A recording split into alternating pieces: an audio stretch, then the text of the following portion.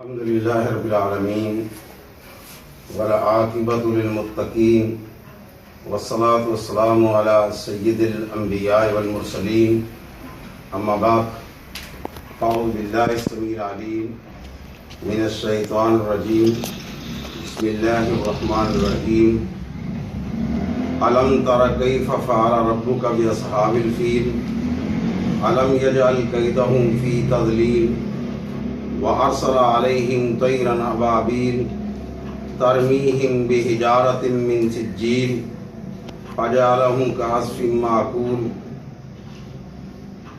اللہ تبارک و تعالیٰ نے قرآن پاک میں سورہ فیل کو نازل فرمایا، اور فیل کا واقعہ ایک مشہور تاریخی واقعہ ہے کہ ابرا کا 60,000 کا لشکر بیت اللہ کو گرانے کے لیے یمن سے آتا ہے۔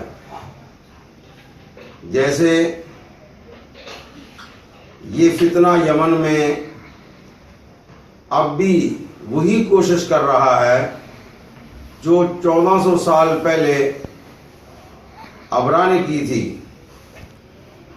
میرا یہ دعویٰ ہے کہ جس طرح ابرا اپنی یہ منحوس کوشش میں ناکام ہوا، یہ حوثی باغی اسی طرح ناکام ہوں گے، اور جو لوگ خانہ کعبہ کی طرف ٹیڑھی آنکھ سے دیکھتے ہیں، اللہ تبارک و تعالی ان کی بنائی اچک لے گا اور ان کے دماغوں کی سوچیں ختم کر دے گا۔ اللہ تعالیٰ نے فرمایا، اے محمد صلی اللہ علیہ وسلم، یہ لوگ آپ کو دھمکی دیتے ہیں کہ اگر آپ نے توحید کا آواز نہ چھوڑا تو ہم آپ کو قتل کر دیں گے، ہم آپ کو یہاں سے نکال دیں گے۔ غرض ہے کہ ہر قسم کی دھمکی دی تو اللہ تبارک تعالیٰ نے سورہ فیل نازل فرمائی کہ ان سے کہیے کہ جس واقعہ کو آپ خود جس کے چشمدید گواہ ہیں کہ جو ابرا کا حشر ہوا تھا، تو ابرا تو 60,000 کا ہاتھیوں کا لشکر لے کر آیا تھا۔ مکہ والوں، تمہارے پاس ابھی اتنا لشکر نہیں کہ تم محمد رسول صلی اللہ علیہ وسلم کو دھمکیاں دو۔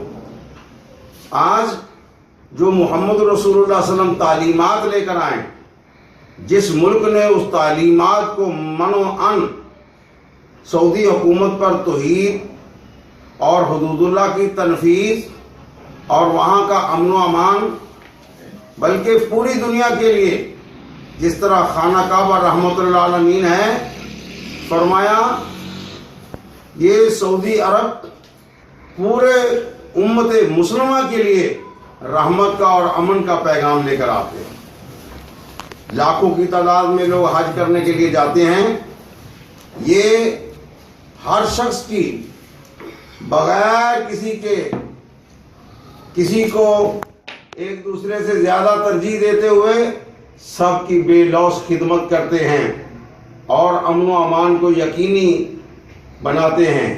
جن لوگوں نے اس دفعہ وہاں دوران حج جنہوں نے اس امن کو خراب کرنے کی کوشش کی، سعودی عرب نے اس کی تحقیق کر کے ان کو قرار واقعی سزا دی۔ ہم اس کے حامی ہیں۔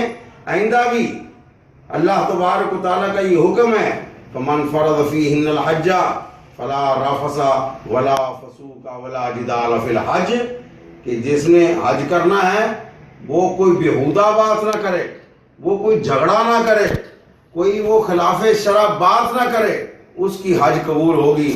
اور جو آدمی ملحد فی الحرم، حرم کے اندر کوئی چیز غلط پیدا کرنا چاہتا ہے، کوئی بدعت پیدا کرنا چاہتا ہے یا حالات کو خراب کرنا چاہتا ہے، تو جو اللہ تبارک و تعالی علیم بذات الصدور، سینے کے رازوں کو جانتا ہے، اس کو پتہ ہے وہ اللہ تبارک تعالیٰ اس کو ایسی جگہ سے پکڑے گا من حیث لا یعلمون، جہاں سے وہ جانتے نہیں ہیں۔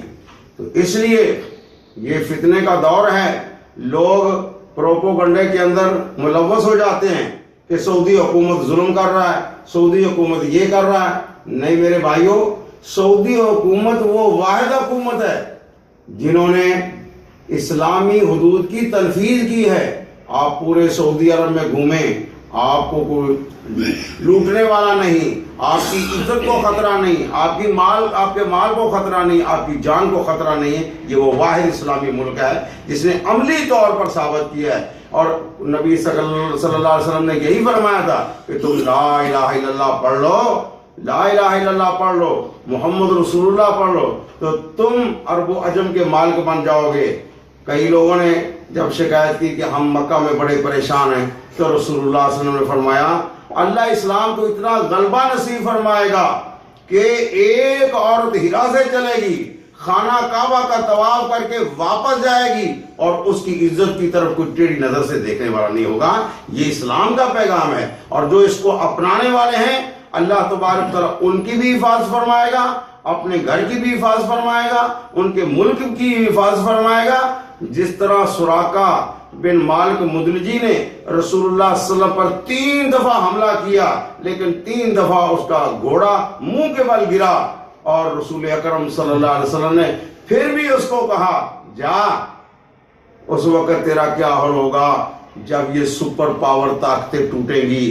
روس اور جس طرح اس وقت جو بڑی طاقت روم اور فارس کی تھی یہ ٹوٹیں گی، اور ان کے جو بڑے بادشاہوں کے تاج ہیں مسجد نبی میں تقسیم ہوں گے. سراقہ جب روم اور فارس کے بادشاہوں کے کنگن تیرے ہاتھ میں پہنائے جائیں گے تو تیری اس وقت کیا حالت ہوگی. اسلام کو اتنا غلبہ اللہ تبارک تعالیٰ دے گا. اور وہ دن آیا، حضرت عمر کا دور تھا، روم اور فارس فتح ہوئے، اور پھر وہ کڑے لے کر کے بادشاہوں کے بیٹھے ہوئے تھے، ہر شخص کو پہنا رہے تھے، لیکن کسی کو پورے نہیں آ رہے تھے. اتنے میں سراقہ آگے سے گزرا تو اس کے ہاتھ میں ڈالے، اس کو پورے آگے فرمایا سراقہ جا لے جا. تو سراقہ بیٹھ کر رونے لگا، کہنے لگا اس بات کی خوشخبری رسول اکرم صلی اللہ علیہ وسلم نے ہجرت کے سفر میں مجھے دی تھی کہ سراقہ تو 200 اونٹ کے پیچھے محمد رسول اللہ صلی اللہ علیہ وسلم اور اس کے حمایتی ابو بکر کا سر لینے کے لیے آیا ہے. اس وقت کو یاد کر جب اللہ تعالیٰ اسلام کو وہ غلبہ نصیب فرمائے گا کہ روم اور فارس یہ شیعہ اور کوئی چیز نہیں رہ جائے گی، بلکہ اسلام کا غلبہ ہوگا اور خالص توحید ہوگی. اور پھر تیرے ہاتھ میں جب بادشاہوں کے کنگن پہنائے جائیں گے تو تیری کیا حالت ہوگی. تو اللہ تعالیٰ نے اسلام کو جو غلبہ نصیب فرمایا لوگوں نے اپنی آنکھوں سے دیکھا. آج اگر پاکستان اور سارے اسلامی ملک اسی طرح جس طرح سعودی حکومت نے اب تک حدود اللہ کی تنفیذ کی ہے، اگر پاکستان بھی کر دے تو امن و امان یقینی ہو جائے گا اسی طرح، اور اللہ تبارک و تعالیٰ یہ پوری زمین کے خزانے کھول دے گا. وَلَوْ آمَنَ أَهْلُ الْقُرَىٰ وَاتَّقَوْا لَفَتَحْنَا عَلَيْهِمْ بَرَكَاتٍ مِّنَ السَّمَاءِ وَالْأَرْضِ. اگر یہ دیہاتی لوگ ایمان لے آئے اور تقوی اختیار کریں تو ہم زمین اور آسمان کے دانے کھول دیں گے. میں اللہ تعالیٰ سے دعا کرتا ہوں کہ اللہ تعالیٰ اس حکومت کو جو خالص اسلام کو لے کر چل رہی ہے، توحید کو لے کر چل رہی ہے، اللہ کی حدود کی تنفیذ کر رہی ہے، جس کے بارے میں رسول صلی اللہ علیہ وسلم نے فرمایا تھا کہ اگر 40 سال تک بارش ہوتی رہے، اس کے پانی سے جتنی کھیتیاں ہوں اور جتنے فائدے ہوں وہ اتنے زیادہ برکات نہیں ہوتی جتنی ایک حد کے نافذ ہونے سے ہوتی ہے. یہ اللہ تعالیٰ نے سعادت سعودی عرب کو دی ہے. اللہ تعالیٰ ان کی حفاظت فرمائے جو اللہ کے دین کی حفاظت کرے. ان تنصروا اللہ ینصرکم ویثبت اقدامکم. اگر تم اللہ کے دین کی مدد کرو گے تو اللہ تمہاری مدد کرے گا. اہل پاکستان کو چاہیے کہ اور علامہ اقبال کا وہ شعر، ایک ہوں مسلم حرم کی پاس بانی کے لیے، نیل کے ساحل سے لے کر تاب خاکے کاشغر، مسلمان جہاں کہیں بھی ہو، اور خاص کر وہ کعبہ کے لوگ جس کے بارے میں اللہ نے قسم اٹھائی ہے کہ اللہ تعالیٰ فرماتے ہیں کہ مجھے اس بیت اللہ کی قسم ہے جہاں محمد صلی اللہ علیہ وسلم تو پیدا ہوا ہے. اس گھر کی حفاظت ہم سب کا ایمان ہے. اللہ تعالیٰ ہم سب کی اس کی حفاظت کرنے کے اللہ تعالیٰ ہم سب کو توفیق عطا فرمائے. وآخر دعوانا الحمدللہ.